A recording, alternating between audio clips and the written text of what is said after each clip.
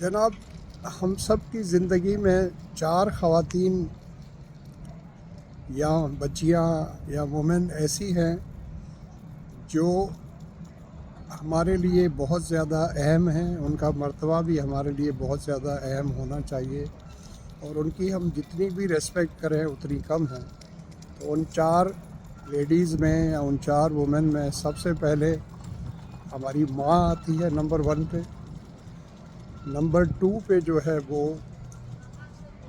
आपकी वाइफ आती है, आपकी बेगम आती है। और नंबर 3 पे जो है आपकी बहन आती है और नंबर 4 पे जो है वो आपकी बेटी आती है। तो इन 4 ख़वातीन का अब ये मैंने जो सीक्वेंस बताया है वो माँ का तो डेफिनेटली नंबर 1 पे है ही है। अब वो वाइफ जो है वो नंबर 2 पे मैंने क्यों रखा है, क्योंकि कल वो आपकी बेटियों की और आपके बेटों की माँ बनेगी तो उसका रुतबा भी बहुत आला है और बहुत ज़बरदस्त है। उसकी रेस्पेक्ट, उस पे ट्रस्ट और उस पे जो है भरोसा और उसकी इज़्ज़त जो है आप पर वाजिब है, जिस तरह माँ की भी है, आपकी बहन की भी है और आपकी बेटी की भी है। अब मैं तो सिंगुलर में बात कर रहा हूँ, वाहिद में, तो आपकी माँ जो है वो तो सिंगुलर ही है। आपकी वाइफ जो है वो भी होपफुली एक ही होगी, लेकिन आपकी सिस्टर्स जो हैं वो एक से ज़्यादा भी हो सकती हैं। जैसे मेरी जो है 5 बहनें थी, तो 5 में से 2 तो जो है वो उनको तो रब ने ऊपर बुला लिया, लेकिन अभी भी मेरी 3 बहनें हैं। तो आप अपने आप को मैं खुशकिस्मत समझता हूँ। और फिर बेटियां हैं, तो मेरी 2 बेटियां हैं, तो I feel my self very lucky.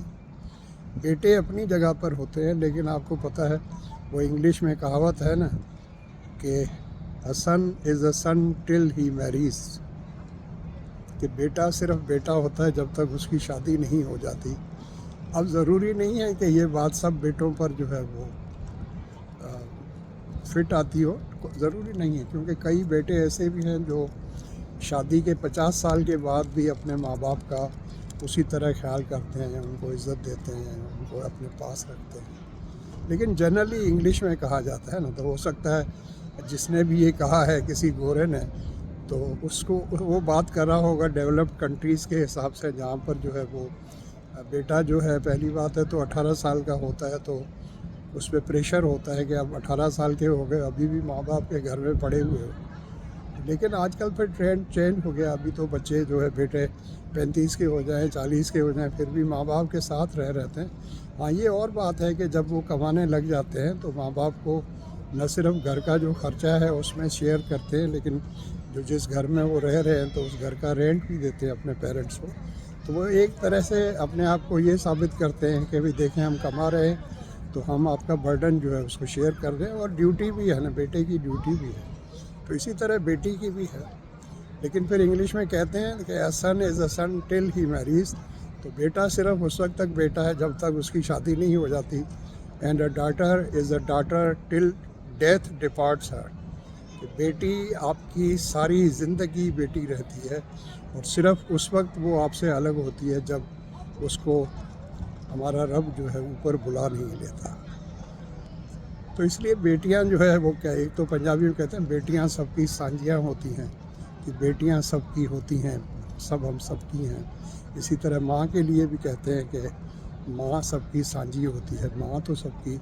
इसी तरह बहनों के लिए जो लोग इज़्ज़त करते हैं तो उनके लिए सबकी बहनें अपनी बहनें हैं, और बेटियां भी जो है वो सबकी बेटियां हमारी बेटियां हैं।